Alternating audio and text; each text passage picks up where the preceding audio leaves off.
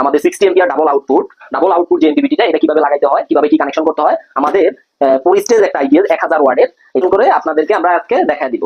আমরা প্রথমে এমপিপিটিটা অন করব। এমপিপিটি অন করার জন্য আমাদের এখানে প্রথম হলো লোড, তারপর হলো ব্যাটারি মাইনাস, তারপর হলো ব্যাটারি প্লাস, তারপর হলো সোলার প্লাস, তারপর হলো সোলার মাইনাস। আমরা প্রথমে ব্যাটারিটা কানেকশন দিব, এমপিপিটির সাথে ব্যাটারিটা কানেকশন দিব। আমাদের এটা হলো ব্যাটারি প্লাস, আমরা ব্যাটারি প্লাসটা প্রথমে কানেকশন করলাম।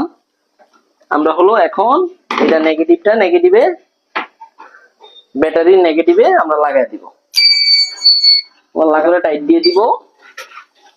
আইপিএস এর এই পজিটিভ নেগেটিভ যে দুইটা তার, আমরা হলো আইপিএস এর যে নেগেটিভ তারটা আছে সেটা আমরা এমপিপিটির লোড অপশনে লাগাই দিব। তারটা আমরা লোডে লাগাই দিব, সরাসরি আমরা লোডে লাগাই, আইপিএস এর নেগেটিভ তারটা লোডে লাগাই দিলাম, পজিটিভ তারটা এখানে পজিটিভে লাগাই দিব। পজিটিভটা এখানে ভালো করে লাগিয়ে দিব। তারপর হলো আইপিএস এর যে এসি কোডটা আছে, আমাদের আইপিএস এর এসি কোডটা আমাদের এমপিপিটির সকেটে লাগাই দিব। আমাদের এমপিপিটির এই জায়গায় সকেট আছে, আমরা সকেটে লাগাই দিব। আমরা সকেটে লাগাই দিলাম,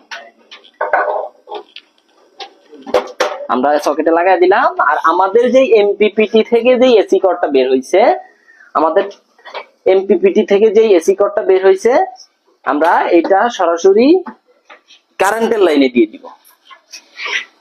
আমরা কারেন্টের কানেকশনে দিয়ে দিলাম। আমাদের আইপিএসটাও অন হয়ে গেছে, আইপিএসটাও অন হয়ে গেছে, আমাদের এমপিপিটিটাও অন হয়ে গেছে।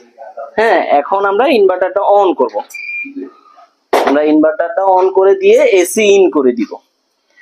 আমাদের আউটপুট বের হয়ে গেছে এখানে, হ্যাঁ আউটপুট বের হয়ে গেছে, ইনভার্টার অন আছে। আমরা এখন এসি ইন করব। এসি ইন করলাম, আমরা লাগাই দিব। এখানে যে সোলার প্লাস সোলার মাইনাস লেখা আছে, আমরা এখানে লাগাই দিব। আমরা সোলার প্লাস লাগাবো। আমাদের এখন 14 পয়েন্ট সামথিং এ চার্জ হচ্ছে। আমাদের এটা 15 এম্পিয়ারে আমরা চার্জিং এম্পিয়ার সেট করে দিছি। আমাদের সোলার থেকে নিচ্ছে 2.5 এম্পিয়ার, কিন্তু আমাদের এখানে 14 এম্পিয়ারে ব্যাটারি চার্জ করতেছে। সোলার ভোল্টেজটা হাই 80-85 আছে। আমাদের ডিসপ্লেতে আপনারা সকল ইনফরমেশন দেখতে পারবেন। 200 এমপিপিটি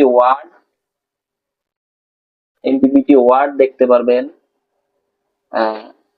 সোলার ভোল্টেজ দেখতে পারবেন, কিসে চলতেছে ওটা দেখতে পারবেন, ব্যাটারি ভোল্টেজ দেখতে পারবেন। Solar voltage 88, solar gain 20, solar charge 15, আমাদের 14-15 এম্পিয়ারই চার্জ হচ্ছে, 1.5 এম্পিয়ার কম বেশি। আর আমাদের এটার এম্পিয়ারটা একদম স্টেবল। আর হলো আমাদের এটা যখন ব্যাটারিটা ফুল হয়ে যাবে, 14.4 চলে যাবে, তখন আমাদের এমপিপিটির মাধ্যমে আইপিএসটা ব্যাকআপে চলে যাবে, সরাসরি ব্যাকআপে চলে যাবে। আমাদের এই এমপিপিটিটা আপনারা যে কোনো আইপিএস এর সাথে ইউজ করতে পারবেন। সেই আইপিএসটা ব্যাটারি ফুল চার্জ হয়ে যাওয়ার পরে অটোমেটিক ব্যাকআপে দিয়ে সরাসরি সোলার থেকে চালাবে। এটা এখন ব্যাকআপে চলে গেছে। আমাদের ডিসপ্লেতে এখন লোড অন সোলার চলে আসবে।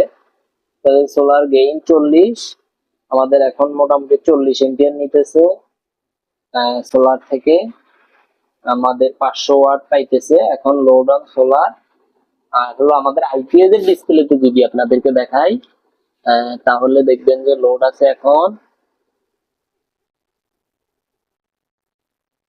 লোড দেখতে পারবেন আপনারা, এসি আউটপুট ভোল্টেজ, আর লোড আছে 279। আমরা 500 ওয়াট লোড দিয়ে দিব, 600 ওয়াট লোড দিয়ে দিব, 600 ওয়াট লোড দিয়ে দিলাম।